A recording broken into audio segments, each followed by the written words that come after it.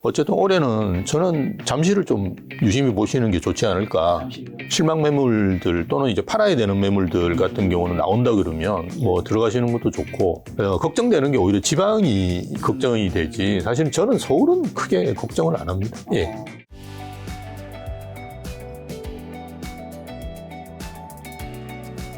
자, 요즘에 가장 뜨거운 주제부터 여쭤보겠습니다. 서울시가 송파구 잠실동, 강남구 삼성 대치 창단 토지거래 허가구역 이제 해제했었잖아요. 맞습니다. 예. 그런데 그게 40일 만에 있는 50일 만에 35일. 35일 만에 예. 정책 실수를 이제 인정하고, 맞습니다. 하지만 이제 그것만 다시 묶은 게 아니라 반포 용산까지 더 확장해서 규제를 했습니다. 실제 그곳의 분들의 이제 여기 이제 다시 묶이신 분들, 그다음에 학대에서 묶인 분들 분위기가 어떤가요? 일단 좀 황당하다는 네. 말이 많고요. 왜냐하면 토지 해제 자체도 네. 뭐 아시는 분은 잘 아시겠지만 네. 그 올해 6월 되면 재지정을 안 하면 5년이 지났기 때문에 해제가 됩니다. 우리 6월 예, 그냥 두면 되는데. 이번에는 2월에 해제한 거였죠. 그렇죠. 예, 2월에 해제하고 이제 3월에 다시 확대 재지정을 했으니까요. 예. 한 3, 4개월을 당겨서 뭔가 했던 그렇죠. 의도가 있겠네요. 맞습니다. 그건 뭐 정치적인 의도라는 이야기를 많이 하시니까 그냥 뭐 그걸로 이제 넘어가면 될 것 같고요.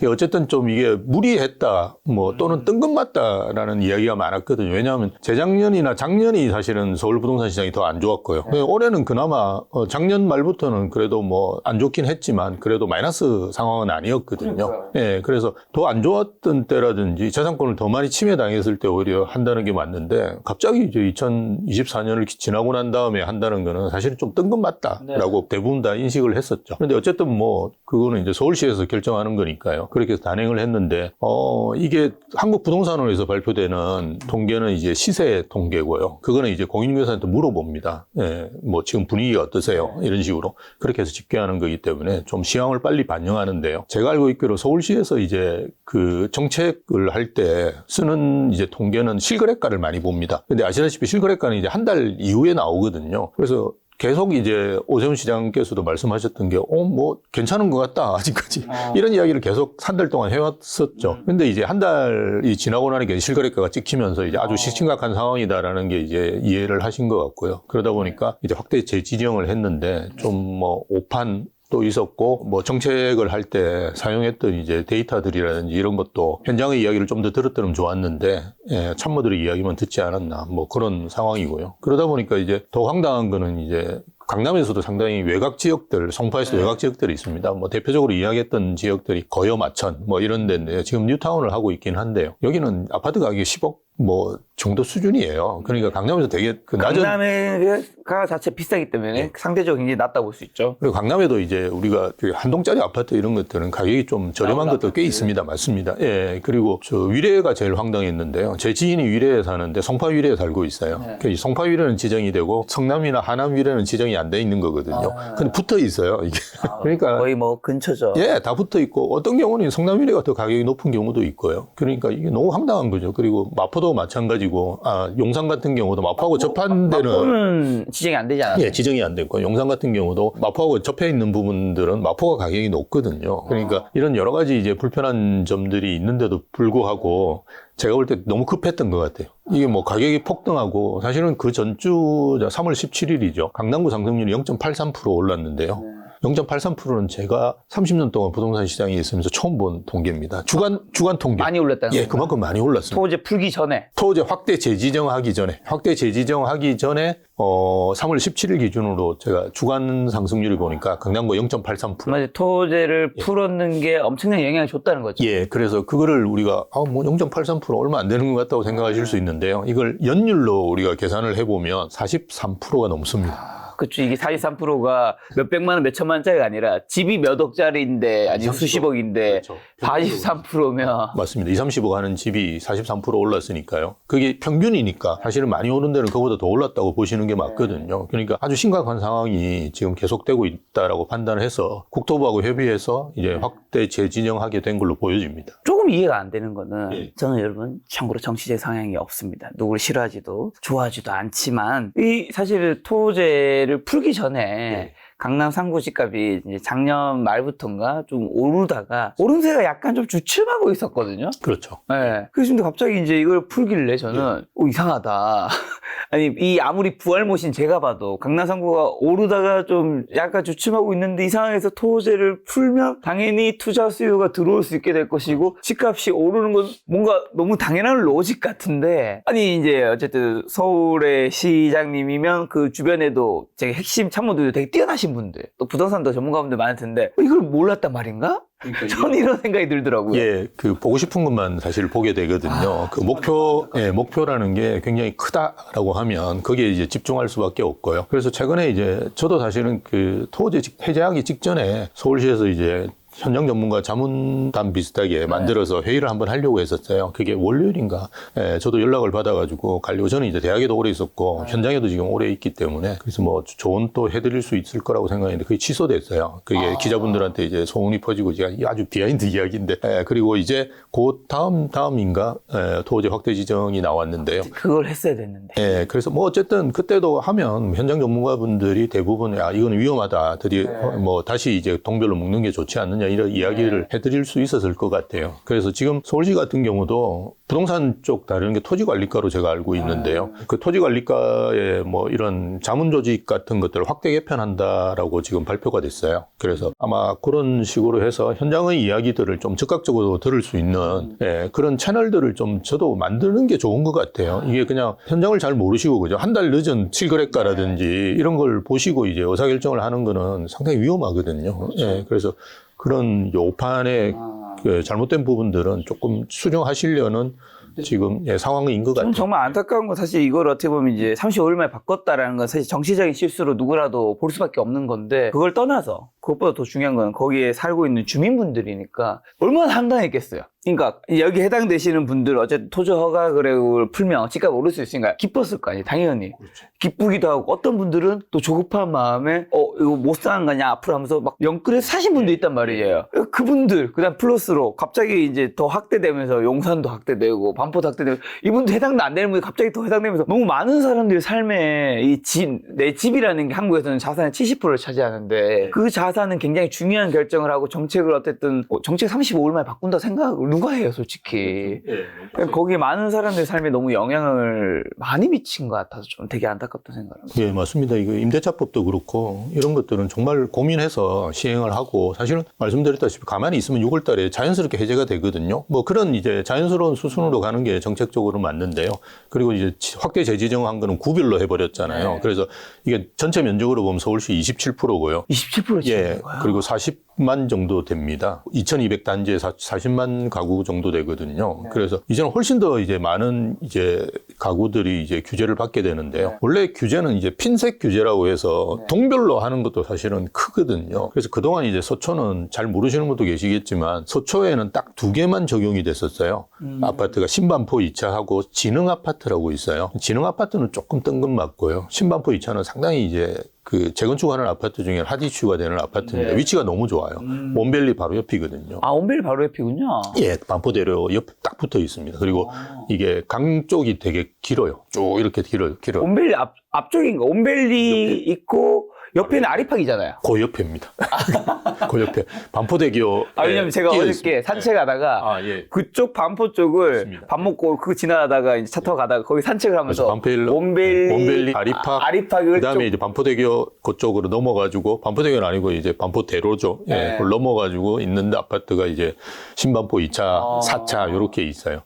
그래서 그 2개가 이제 적용이 되었고요. 네. 나머지는 이제 적용되지 않았죠. 예. 그런데 이제 서초까지 이제 다 지정이 되니까.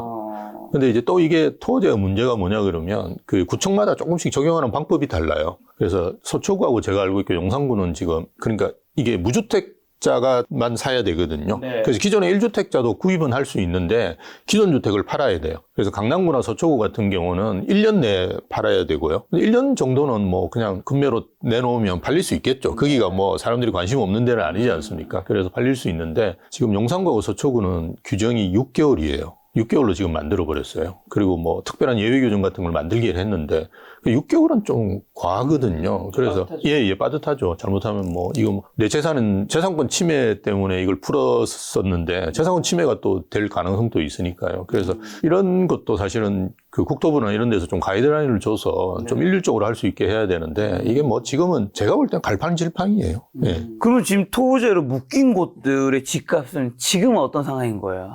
지금은 이제 완전히 그 거래가 없죠. 예. 그래서 거래는 거의 이제 중단됐는데 매물은 많이 들어가고 있는 이런 상황이 같이 벌어지고 있는 상황이라서요. 집값이 떨어지거나 이러지는 않고요. 왜냐하면 토지라는 게 지금까지 5년 동안 우리가 경험을 해봤지 않습니까? 경험을 해보니까 토지는 거래는 줄이는데 가격을 떨어뜨리는 효과는 없더라라는 게 거의 증명돼 있는 거거든요. 아, 진짜요? 예, 우리가 이야기하는 잠삼대청이 계속 올랐지 않습니까? 그리고 네네. 주거선호지역으로 가장 많이 오른 데가 잠삼대청, 아비어목성이라고 우리가 표현하는 그쪽이었잖아요. 네. 그러니까 이런 지역들이 가격을 통제하는 것은 상당히 힘들다라는 게 뭐 거의 증명이 됐는데요. 그러다 보니까 호가는 거의 안 떨어지고 있고요. 아시다시피 그게 그 확대 재진영 하겠다라고 발표하고 3월 24일이죠. 그 시행되기 한 일주일 동안에 거래된 거는 좀 가격이 떨어져가지고 거래된 것도 있습니다. 근데 가격이 올라서 거래된 것도 있고요. 그래서 막 이렇게 혼조세를 보였었는데요. 그거 딱 끝나고 난 다음에는 이제 매물을 걷어들이고 뭐 호가는 예전 수준으로 그냥 가고 있는 형태. 라고 보시면 될 것 같아요. 예. 자, 그럼 여기서 중요한 질문은 여기 또 이제 묶이신 분들, 사는 분들을 위해서 지금 예전 수준을 복귀했다고 하셨는데 이게 예. 토지 거래하고 풀기 전에 가격이 있고 토지 거래하고 풀고 난 다음에 가격이 많이 급등했었잖아요. 예, 그렇죠. 지금 이제 그러면 가격이 떨어지지 않았다는 의미가 이거 오른 거에서 떨어지지 않았다는 의미인가요? 이제 풀기 전에 그 가격 약간 오르기 전 그 단계로 와서 지금 멈춰 있다는 건가요?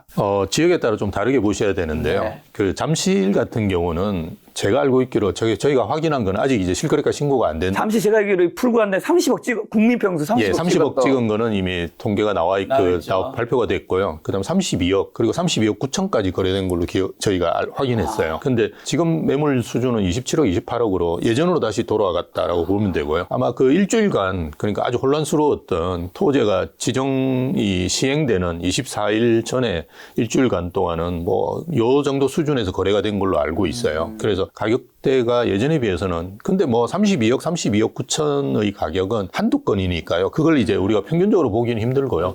그러니까 예전에 이제 가격이라는 게 20억 후반대니까요. 그 수준으로 다시 이제 돌아왔다고 보시면 되고요.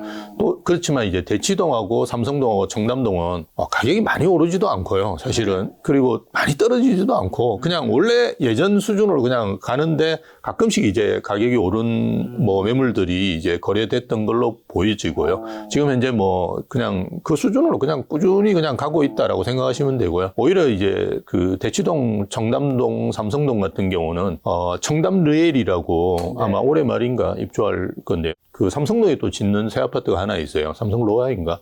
예, 그 아파트들이 입주하기 때문에 오히려 신축의 효과가 있어가지고 가격대가 조금씩은 또 오르는 걸로 보여집니다. 그래서 영향 요인 자체들이 조금 다르게 움직이는 것 같고요. 뒤에서도 저희가 좀 설명드리겠지만 어쨌든 올해는 저는 잠시를 좀 유심히 보시는 게 좋지 않을까. 잠시요. 예, 왜냐하면 이게 가격 변동폭이 상당히 있습니다. 예, 그래서 실망 매물들 또는 이제 팔아야 되는 매물들 같은 경우는 나온다 그러면 뭐 들어가시는 것도 좋고 지금 현재 입주하는 물량들도 한 5천 세대 가까이 되거든요. 잠실 르엘이라든지 잠실 레미안 아이파크, 미성 크로바, 진주 아파트 이런 재건축한 아파트들이 들어옵니다. 그래서 그런 아파트들 들어온다 그러면 뭐 파크리오라든지 이런 아파트들이 바로 영향을 받을 수가 있거든요. 그래서 뭐 그런 데들 좀 노려보시면 가격 변동폭이 크니까요. 뭐 5억 가까이를 이렇게 막 그때 비싸게 주고 사느냐 싸게 사느냐 이런 거를 단기간에 이제 그렇게 변화가 크거든요. 그래서 좀 유심히 보시는 게 좋지 않을까 싶습니다. 자, 그러면 토지가고요. 이걸 묶고 풀었는 게 다른 전반적인 서울 집값에 어떤 영향을 줄까? 제가 요즘 듣기로 마포구 집값이 약간 풍수성과처럼 오르고 있다라는 얘기 뭐 이제 용산 이런 데 못 들어가니까. 예, 맞습니다. 마포구가 프레스티지 자이라고 하는 아파트가 있는데요. 그 아파트가 가장 가격이 높은데요. 24억이 넘은 거래가 찍힌 걸로 알고 있어요. 그래서 거의 이제 뭐 잠실하고 거의 차이 없는. 그래서 잠실이 턱밑까지 왔다라는 기사도 마포구 봤는데요. 이제 많이 좋아졌네요. 예, 엄청 올랐어요. 저도 신촌에서 학교를 다녔는데 그때만 하더라도 옛날 이야기는 할 필요가 없는데요. 정말 정말 많이 올랐어요, 가격이. 그리고 성동구 같은 경우도 가격이 많이 올라가지고 성동구에도 신축들이 지금 들어오고 있거든요. 그 지주택 해가지고 들어오는 아파트가 하나 있어요. 제가 이 아이파크 뭐인데 그 아파트도 지금 그 25억, 26억의 호가들이 형성되고 있거든요. 그래서 잠실도 사실은 가만히 뒀더라도 저는 30억 정도로 갈 수 있었다고 봐요. 이렇게 너무 이제 급격하게 올라가다 보니까 여러 가지 부작용이 있는 거거든요. 왜냐하면 이런 걸 우리가 그 시장의 왜곡이라고 그러는데요. 왜곡된 건 어차피 다시 또 안정적인 방향으로 갈 수밖에 없죠. 근데 마포라든지 그 성동이 한 25억까지 가면 엘리트란 아파트가 가만히 있질 않거든요. 쟤들이 우리보다 상급지가 아닌데 뭐 거의 우리 턱밑까지 따라왔네.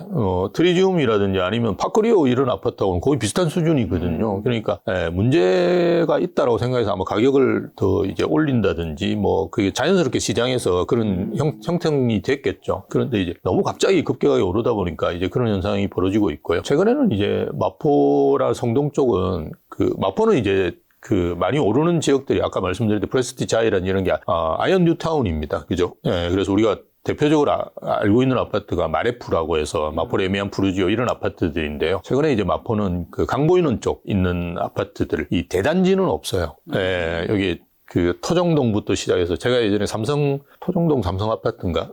거기 신혼을 보냈는데요.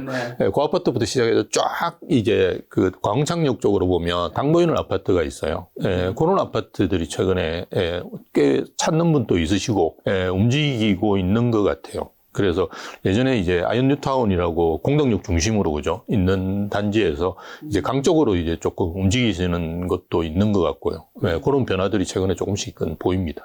1월에서 3월 이제 지금 말씀해 주신 토지거래하고 이거랑 그다음에 그 풍수효과 이런 거 외에 1월 3월 말까지 수도권 서울 포함 수도권 시장 집값 전체 상황이랑 좀 사람들이 심리는 좀 어떤 것 같으신가요? 단기간에 많이 오르다 보니까 서울대에 계신 분들도 이제는 좀 관망을 하면서 지켜보시는 상황이라고 보시면 되는데요. 이 관망세라고 하면 오해하시는 분들이 있는데요. 그냥 지켜보고 있다라고 생각하는데요. 요번에 이제 한 달, 원래 집이라는 거는 잘 아시다시피 살려면 시간이 많이 걸리거든요. 그렇죠. 제가 예전에 차를 살 때도 한 2달 걸렸던 것 같아요. 그냥 물어보고 친구들한테. 그런 것 같습니다. 그 다음에 가서 이제 이렇게 앉아서 보고. 비싼 거고 차가 두 번째로 비싼 맞습니다. 거니까요. 그래서 그런 식으로 거의 2달간 걸리면서 이런 걸 이제 우리가 고관여 상품이라고 그러는데 그렇게 하지 않습니까? 이게 집은 거의 2-3달은 걸리거든요. 뭐 본인이 이제 생각하는 아파트를 고르고, 그런데 하나가 아니지 않습니까? 한 2-3개 고르고 난 다음에 나가가지고 이제 임장도 하고, 그 다음에 가격이 마음에 드는데 좀 깎고 싶지 않습니까? 그죠? 그러면 깎는 것도 좀 하고, 뭐 중개사하고 실랑이도 하고, 뭐 이런 여러 가지 것들을 거치면서 사는 거거든요. 근데 이번에 보셨다시피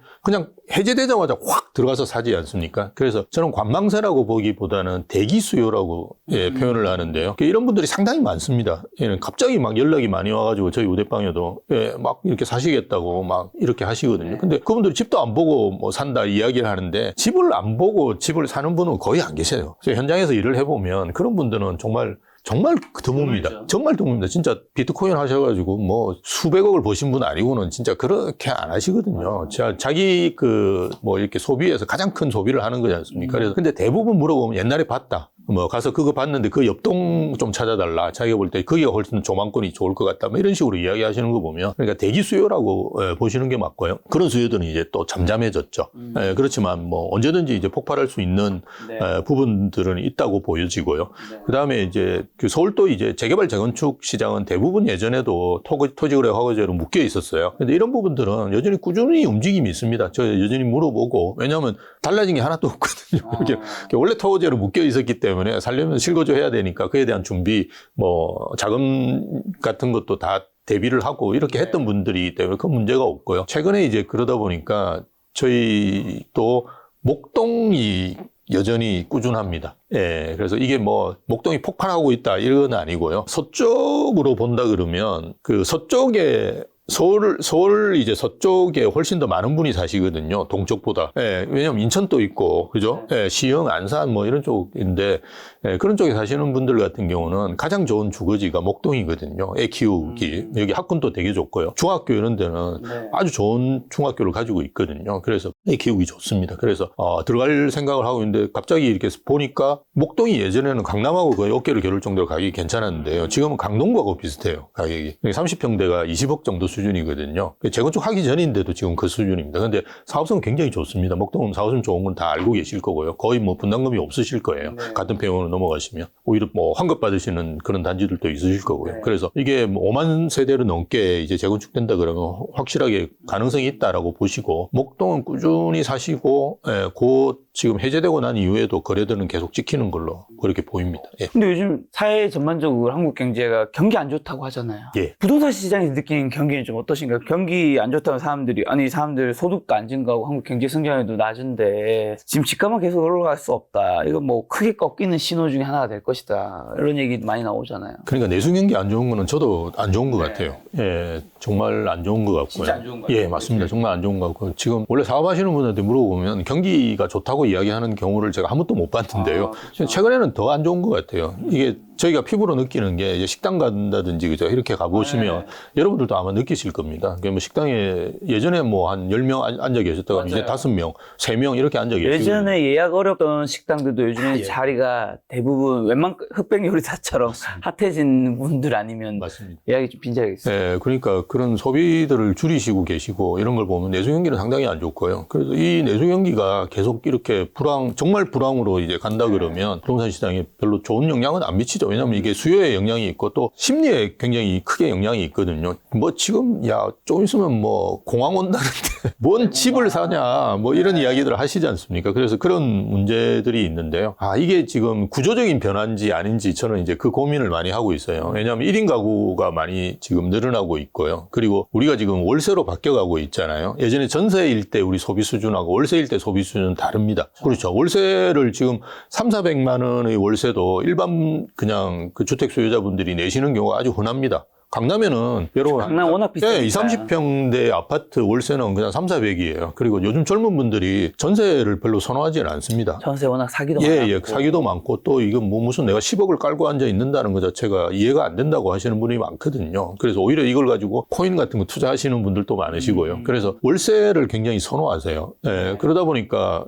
이게 월세를 내고 나면 사실은 이게 소비가 줄 수밖에 없고요. 그래서 이게 뭐 물론 집값이 높아가지고 대출이 많아서 뭐 소비가 줄어들 수도 있는데요. 저는 이제 월세도 상당히 큰 주범이 아닐까 싶고요. 제일 큰 문제는 자영업자 분들이죠. 자영업자 대출이 우리 주택담보대출이 보면 거의 한 2배 정도 됩니다. 그리고 부실이 굉장히 커요. 이게 담보대출이 많으냐 안 많으냐가 중요한 게 아니고요. 이게 질을 따져봐야 되는데 우리 주택담보대출은 연체율이 0.3, 0.4에서 왔다 갔다 하거든요. 미국이 3%입니다. 참고로 말씀드리면. 미국의 10분의 1밖에 안 돼요. 우리나라 연체율이. 근데 자영업자 연체율은 물론 뭐 그 정도까지는 아닌데요. 제가 알고 있기로 0.몇 %는 아닙니다. 이게 훨씬 높아요. 1%, 2% 이렇게 되거든요. 근데 이 연체율은 좀 심각하죠. 사회에 미치는 영향이. 왜냐하면 이게 연체가 계속되고 이러면 그 다음에 뭐 생활안전자금이나 이런 걸 계속 땡겨가지고 그죠? 또 메꿔야 되는 상황이니까 뭐 소비라든지 이런 거는 상상을 할 수가 없거든요. 그래서 그런 상황인데 어쨌든 뭐 이게 정말 공황으로 간다 그러면 문제가 되는데 그렇지 않다 그러면 서울 아파트는 제가 아까 말씀드렸듯이 용산하고 강남 3구가 40만 채 정도잖아요. 근데 우리나라 전체 주택이 한 2천만 호 정도 됩니다. 그럼 한 2% 정도 되거든요. 물론 제가 이제 말씀드리는 거는 아주 좋은 아파트를 말씀드리는 거죠. 근데 이제 그 강남 3구나 용산에서도 말씀드렸던 이제 나홀로 아파트도 있고 뭐 고요 마천 쪽에서 한 10억짜리 아파트도 있고 뭐 이런 것까지 다 고려해 본다 그러면 뭐 상위 한 1~2% 정도라고 한다 그러면 그거를 매입할 수 있는 분들은 상당히 많거든요. 뭐 우리 김 작가님도 그런 분들 많이 만나시겠지만 상위 1~2%인 분들은 저도 되게 많이 만납니다. 상담을 하기 때문에. 근데 그분들이 가지고 있는 자산이나 소득 수준은 아마 여기 계신 분들, 우리 보시는 분들 상상을 초월하는 분들이 많습니다.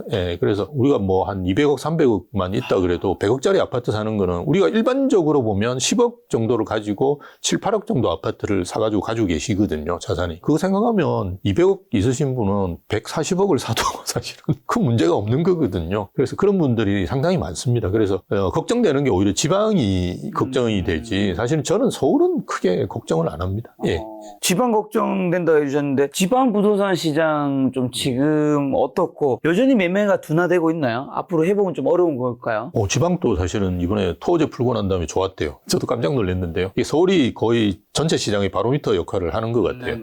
서울도 지금 난리야. 하자. 그럼 뭐 해야지. 그렇게 움직이는 분들이 꽤 있으셨다라고 제가 들었어요. 대신에 이제 아주 주거 선호 지역만, 대구는 수성구, 뭐 부산은 이제 해운대 동네, 해수동이라고 표현하죠. 이런 지역들은 신축 중심으로 해서 꽤 많이 오시고 중개사분들이 계약도 많이 하셨다고 그 제자분들이 많거든요, 부산에. 왜 그런 분들 이야기를 저한테 들려주더라고요. 그래서 좀 괜찮았는데 또 이제 그냥 확 묶어보니까 이제 또 분위기가 많이 안 좋아졌다라고 이야기하긴 하는데, 근데 지방은 뭐 지금 별로 좋은 상황은 아닙니다. 좋은 상황은 아니고, 그게 이제 그동안 이제 공급 과잉 문제가 굉장히 컸었고요. 근데 아시다시피 대구라든지 뭐 부산이라든지 울산도 마찬가지고요. 이 공급 과잉 문제는 거의 해소돼서, 특히 대구가 홍준표 시장님께서 거의 뭐 인허가를 안 내줘 버렸거든요. 그래서 입주 물량이 거의 없습니다, 올해부터. 그래서 그렇다 입주 물량이 없다 그러면 주거 선호 지역 중심으로 해서 조금씩은 좋아지지 않을까라고 생각하고, 작년에도 대구 수성구 같은 경우는 상승했다 하락했다 뭐 이런 혼조세를 쭉 꾸준히 보여왔었어요.